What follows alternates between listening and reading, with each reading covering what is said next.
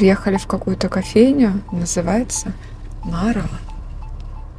Такое местечко. Вообще переводится, мне кажется, не нора, а дыра. Дыра. Нора? Ну, Дыра, да. Дыра, мне кажется, на самом деле, да. Ну, я типа припарковался, короче, тут. Ну, ходи, я догоню там машину. Ты выбираешь карточку, вон они висят, даешь ее баристе, оплачиваешь сканом. Я буду тайти. А ты решаешь тайти. We don't need to speak because it's just like there is I talk, understand. right? Yeah. มีอะไรให้พี่แปลไหมภาษาชาติ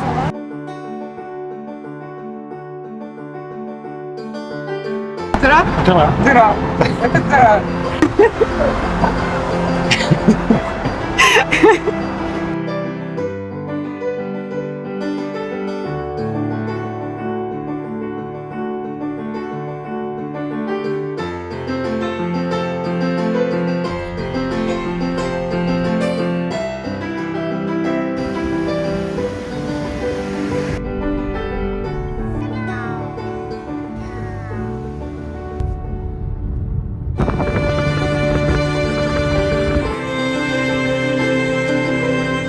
Всем привет! Сегодня такая хорошая погода, такое классное солнышко, и у меня настроение просто, вот, знаете, волшебное. Я решила записать вам видео. Хочу поделиться с вами кусочком своего тепла, кусочком тайского солнышка.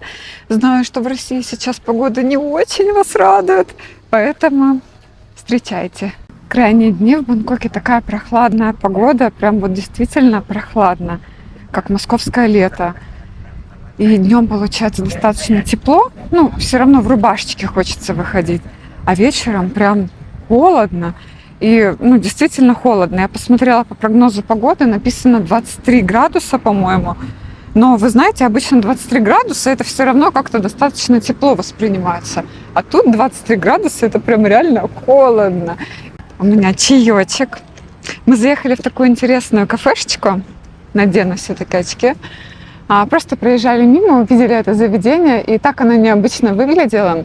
А я, конечно, видела где-то на просторах Инстаграма, там в Гугле, что есть такие кафешечки формата, что это как дыра, нора, и ты туда просто протягиваешь денежку, и тебе выдают напиточек. Но сама я такие заведения не видела. И тут просто с улицы мы увидели это кафе, решила заехать. И там была хозяйка этого заведения, и она очень заинтересовалась тем, что я тут достала камеру, что-то снимаю, забегала, какая-то суета кругом. И она подошла к нам тоже пообщаться. Ей было тоже очень интересно, откуда мы, как мы сюда попали. Она нам рассказала про свой кофе, то есть она такая явно была воодушевленная.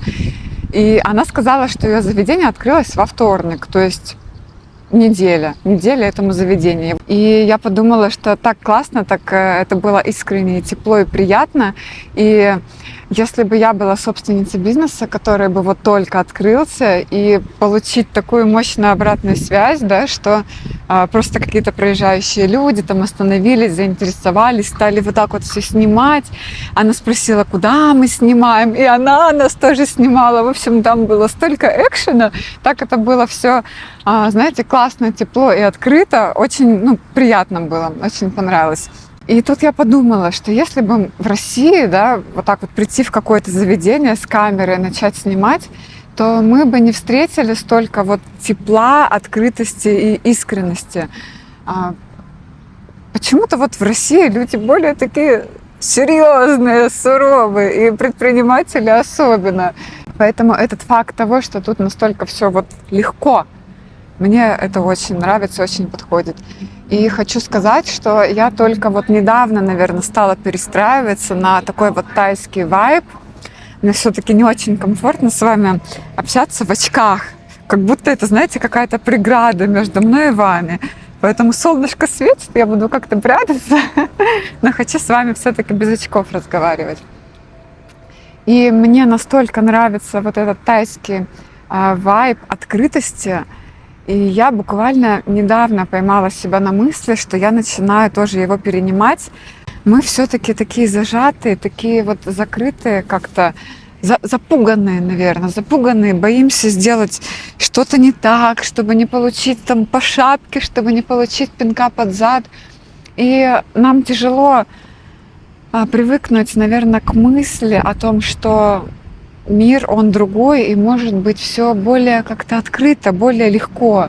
Мы все-таки загружены очень сильно. Я стала замечать очень много моментов здесь, в Таиланде, которые меня подпитывают. И вот как раз поездка в это кафе, встреча с этой собственницей, она была такой вот легкой, такой вот воздушной, такой вайбовой. И, знаете, она вот так вот, энергию вот так вот мою подняла. Не знаю, слышно вам или нет, птички поют так классно. Я сижу в таком красивом месте, попробую вам показать. Тут пруд. Просто это против солнца, и съемка не очень красивая. Но тут такой классный пруд. И вот я села, смотрю на водичку и записываю вам это видео. И у меня столько разных мыслей в голове. Так вот прям хочется вам все рассказать. Но знаете, даже самой для себя все эти мысли тяжело оформить в слова, потому что у меня вспышками тут, и все мне классно, все мне интересно. А я хочу сказать, что у меня такого классного, открытого, теплого, легкого состояния не было очень-очень давно. Я даже не знаю, когда последний раз у меня вот это было. У меня даже сын отмечает, что я последнее время как подросток, только в лице взрослого человека. То есть я вечером, да даже ночью, часов до 2, до 3 ночи, я сижу в телефоне, что-то там смотрю. Мне не хватает часов в сутках. Мне настолько все интересно, что мне времени не хватает. Вот понимаете? То есть действительно, да, я себя ощущаю как подросток. Все хочется, все интересно, ни на что времени не хватает. И как все успеть, не знаю. И тут мне пришла такая мысль, и я решила тоже с вами этим поделиться. Знаете, очень часто вот мы взрослые, как воспринимаем реальность? Вот мы что-то умеем делать, ходим на работу, какая-то есть у нас ежедневная рутина, то есть какой-то привычный наш уклад жизни, да, сформированный. И для нас это кажется норма. И иной раз даже у себя в голове сложно представить такое, что вот у нас есть жизнь, да, и она не длинная, она по факту короткая. Сколько там человеку отмерено? Возьмем условно 70 лет. Из этих 70 лет возраст от 0, пускай до 18 лет, это такой возраст, когда ты под крылом у родителей, ты не свободен, скажем так, да? То есть ты чему-то учишься, так в кавычках, подчиняешься родителям. То есть ты пока еще формируешься, и какие-то действия ты не можешь совершать сам. Потом с 18 лет до 25 ты начинаешь что-то пробовать, как-то встать на ноги, как-то проявить себя в этой жизни и чего-то добиться, как-то выйти на новый уровень жизни, лучше, чем у наших родителей. В общем, это такой период становления. С 25 лет до 30 ты тоже что-то пробуешь, уже у тебя появились какие-то навыки, какой-то свой опыт, и ты пытаешься это все укомплектовать в какое-то постоянство, чтобы уже у тебя была стабильность, и чтобы ты мог заглядывать вперед на горизонт событий и как-то планировать, а что может быть дальше. Потом с 30 лет, по факту до 45 лет у тебя длится вот это постоянство короткое, твое 15-летнее. Кстати, я заметила, молодежь зачастую думает, что 45 лет и старше, это уже все там. Это уже, знаете, совсем чуть ли не пенсия и какой-то древний человек. То есть уже лютая старость. Вот. Но не будем о печальном. Время летит быстро, да. Так что я хочу сказать. Там с 45 лет до 60 это уже какой-то такой возраст, когда ты хочешь, чтобы у тебя уже была база, какой-то свой бэкграунд, и ты получал от вот этого всего дивиденды. Так вот, твоя активная жизнь, получается, она такая короткая, вот в этом промежутке, там от 20, пускай до 40, до 50 лет, это вот именно активность, когда ты деятельный, когда ты можешь что-то придумывать, внедрять, пробовать, делать. Это очень короткий промежуток времени.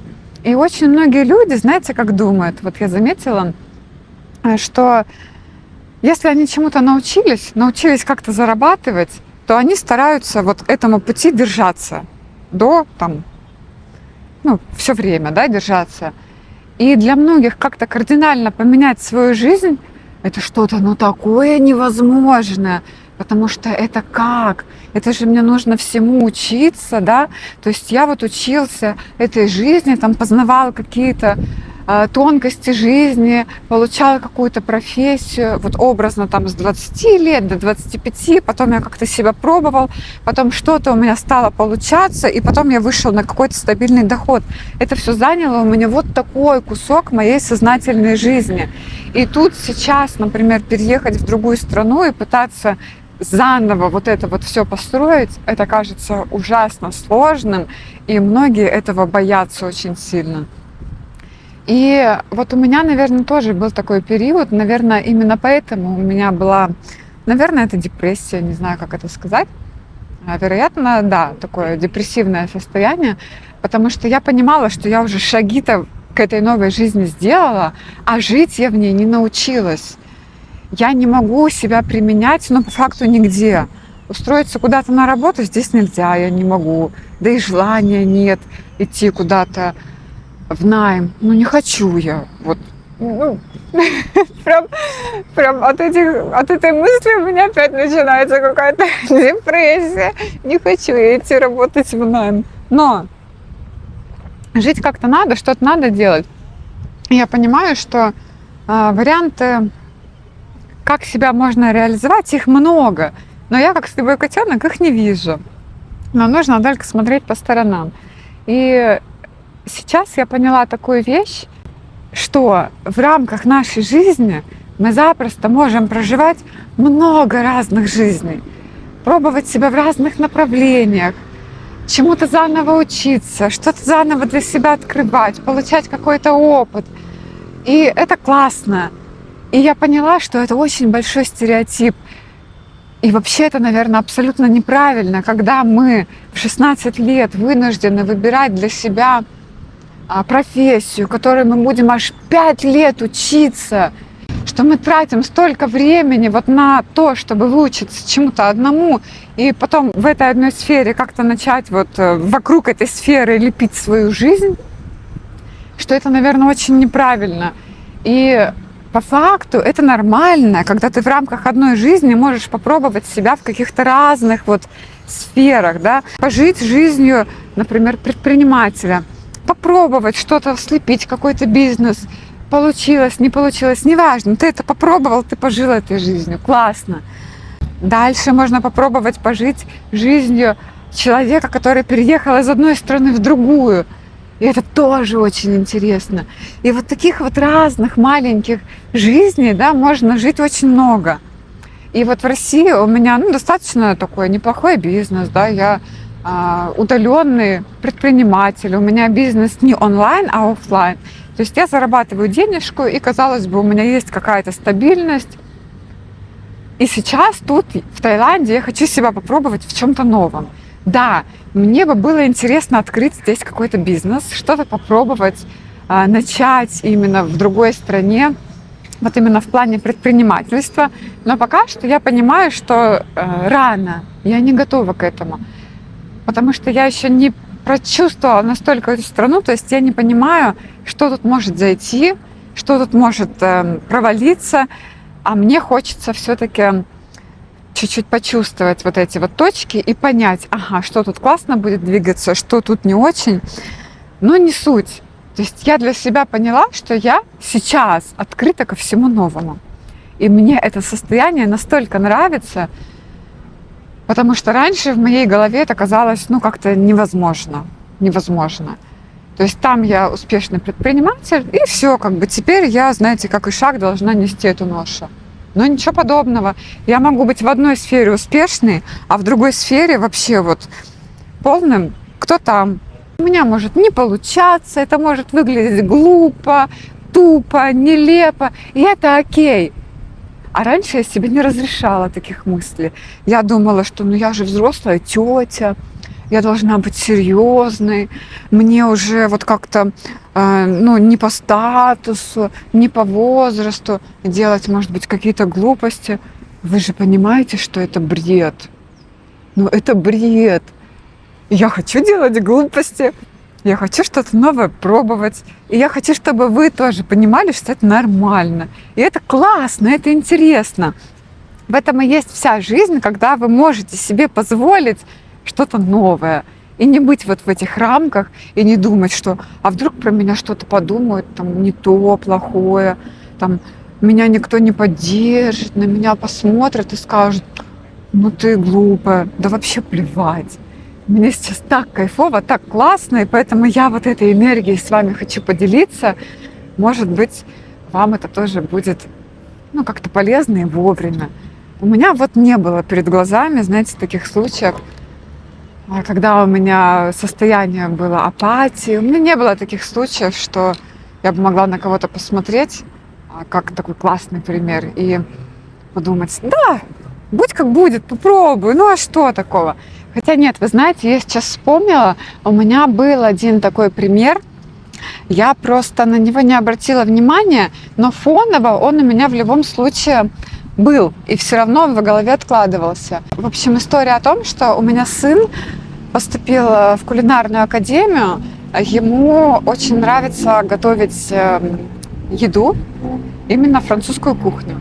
И он здесь поступил в учебное заведение, интернациональное, и там были люди, студенты с разных стран. И был такой студент из Гонконга, ему около 60 лет. И меня это так удивило, что человек в 60 лет может себе позволить идти учиться кулинарии. То есть, понимаете, не чему-то там, что может ему как-то пригодиться в жизни, а явно кулинария у него, как-то по фану в голове, и он решил из Гонконга поехать в Бангкок учиться кулинарии. Это заведение называется Le Cordon Bleu, французская кухня, то есть у них основной филиал во Франции, и вот есть в разных странах тоже филиалы, где они проводят международное такое обучение. Вот. И я видела этого студента, его зовут Джейкоб, и меня это удивило на самом деле, потому что я смотрела и не понимала, во-первых, он так, хорошо выглядит, и я не могла поверить, ему правда 60 лет.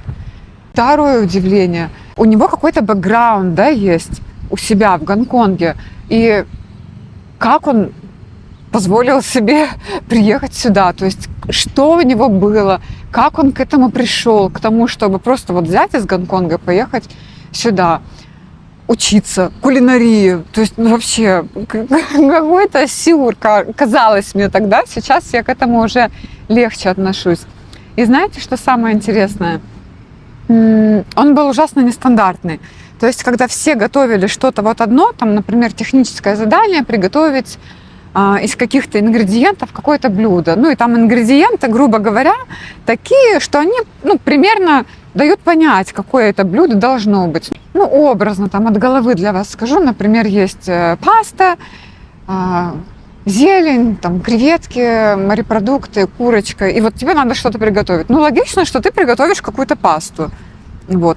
А он из того же самого набора ингредиентов готовил там что-то невероятное. Причем это было не во вкусе дела, это было постоянно какой-то сюр, но мышление у него было нестандартное. Меня это очень зацепило. И третий момент. Мне сын рассказывал, что после того, как у них закончилось обучение, Джейкоб уехал на родину, уехал в Гонконг, но ему настолько понравилось, настолько он вдохновился Бангкоком, что он вернулся опять в Бангкок, поехал в Чангмай, там жить и учить тайский язык. И вы знаете, у меня таких знакомых нет, у которых я бы могла наблюдать вот такую же картину. То есть для меня это не норма. Я такого никогда не видела. Для меня это какие-то новые, неожиданные, даже немножечко непоследовательные и не связанные между собой действия. Но я на это обратила внимание. Да, если мне сын что-то рассказывал про учебу, я постоянно спрашивала, как Джейкоб? То есть мне было интересно, и я стала наблюдать. за этим персонажем. Как-то вот эта история в том числе тоже повлияла на меня. Она немножечко расширила мои границы мировоззрения и мои границы того, что можно, а что нельзя. И я поняла, что мое можно было маленьким, а сейчас мое можно стало вот так вот расширяться. И я действительно как подросток в последнее время. Я чувствую, что мне не хватает времени в сутках. Мне настолько все интересно. Меня все захватывает, все зажигает. Знаете, когда ты первый раз что-то видишь, и ты думаешь такой: вау! И вот у меня таких вау каждый день происходит несколько. У меня сегодня 2 раза спросили where are you from? И я такая мужу говорю: слушай, я давно не помню, чтобы меня спрашивали там хотя бы раз в день where are you from? Ну, то есть откуда ты? А тут за сегодня, за полдня меня уже 2 раза спросили: вы откуда? В последнее время такая энергия крутится вокруг меня. Столько происходит всего интересного, столько активностей. И я везде умудряюсь находить какие-то источники вдохновения, моменты для удивления и вообще для восторга. Я заметила, я думаю, вы все тоже это знаете, что когда ты как-то пессимистично настроен к жизни, когда ты такой вот угрюмый, там смотришь на все вот так вот, как собака-подозревака, да, всех в чем-то подозреваешь, что тут тебе не искренне, тут тебя в чем-то могут обмануть, а это тебе не хочется, ты что-то через силу делаешь, ты становишься весь такой вот, не очень-то сам для себя радостный, и для других ты тоже становишься, не очень таким вот приятным и позитивным человеком. Раньше я тоже это не замечала за собой, а последнее время у меня вот как тумблер вот так вот переключился, и я четко поняла, что людям не нравится общаться, проводить время, вообще тусоваться вот с такими вот загруженными, угрюмыми людьми. Всем хочется иметь общение и контакт с легкими людьми, с озорными, с веселыми. Веселыми это не значит, что надо шутить как дурачок постоянно, да, конечно же, но в легкости. Все хотят рядом, чтобы люди были легкие. Никто не хочет, чтобы рядом с ними были бубняшки. Согласитесь ведь. И раньше я не замечала просто за собой такого поведения. А сейчас, да, я понимаю, что я была такая зануда. Сама себе сейчас не нравлюсь. Та, которая я была раньше, и та, которая я сейчас, и я себе нравлюсь. И сегодня такая история классная произошла. Мы зашли в кафешечку покушать, заказали 2 пасты, у меня муж побежал водичку купить, он первый покушал, а я доедала и должна была рассчитаться. Подхожу на кассу, ложу счет. Счет, кстати, на тайском называется чекбин или гептхан. И кассиру говорю: гептхан, please. И она такая, поняла, что я сказала по-тайски, как бы так внимание обратила, но сильно вида не подала. И продолжает со мной как бы дальше диалог на английском. То есть она пробивает сумму к оплате 338 бат и говорит мне по-английски 338 бат. Я такая: ага. Думаю, мне же нужно практиковать мой тайский. Думаю, дай-ка я и попробую на тайском то же самое воспроизвести. Я так часто делаю, и мне всегда нравится реакция у людей. И я ей по-тайски говорю: самрой самси пет бат. И она такая... Представляете, вот такая у нее реакция была. То есть она не то, что посмотрела на меня, типа, да, нет. Она услышала от меня тайскую речь, и прям ей стало так прикольно, понимаете? И мне от этого тоже стало так классно на душе. И я стою такая, улыбаюсь. Она меня что-то спросила, я ей сказала: ароймак, очень вкусно. И человек прям явно удовольствие получил от вот этого маленького нашего контакта. И я стала стараться, чтобы у меня каждый день было несколько вот таких вот небольших приятных, теплых, эмоциональных вспышек. Неважно, каким образом. Что-то попробовать сказать на тайском, либо просто кому-то улыбнуться. Бывает, человек смотрит на тебя, и ты ему улыбнулся в ответ, и тебе искренне тоже прям вот так улыбаются, и это очень приятно. Это сразу очень хорошо действует на психику, на эмоциональный фон, на твое равновесие вообще в этом мире и на настроение. Поэтому всем рекомендую тоже попробовать такой способ, когда будете в Таиланде. И знаете, тут же не принято, как у нас в России, например, назойливо за кем-то наблюдать или смотреть в глаза. То есть люди в России могут тебя рассматривать, и для нас это, как бы нормально. Мы к этому спокойно относимся, мы с таким сталкиваемся регулярно. А тут в Таиланде не принято рассматривать других людей и не принято вот прям смотреть долго в глаза. То есть человек, ножка затекла, то есть человек может на тебя кинуть вот так вот взгляд, и если он на тебя так смотрит, то это обычно с улыбкой. Даже с улыбкой не на улыбке, а в глазах. То есть может на тебя как-то не вот так вот глянуть, а вот так. То есть это два разных взгляда. Заметили? И тут, если тебя вот таким маленьким взглядом окинули, и если ты в ответ тоже тепло отозвался, то есть тоже ты глянул как бы одобрительно, чуть-чуть вот с улыбкой, то тебе обязательно в ответ широко улыбнуться. То есть ты обязательно такую вот искренность увидишь. Это тоже, конечно, очень заряжает, мотивирует. У нас так не принято, к сожалению. Вот, хотя было бы классно. Так вот, что я говорила-то, господи, я отвлеклась. Потому что у меня мысли вот так вот в голове, мне про все хочется сразу рассказать. И я, знаете, чуть-чуть про это, чуть-чуть про то, а суть-то я даже не знаю, поняли вы? Удалось ли мне передать ту суть, которую я вам хотела сегодня рассказать? Хотя я сама не знаю, что я хотела рассказать. Луна уже кругленькая. В общем, вот такой сумбурный у меня получился рассказ, но зато я вам всю свою энергию сегодня передала, потому что она, правда, через край. И я знаю, что позитивной энергии очень многим не хватает, потому что мы все-таки загружены сильно. Поэтому ловите мои лучики тепла, добра. С вами Алиса.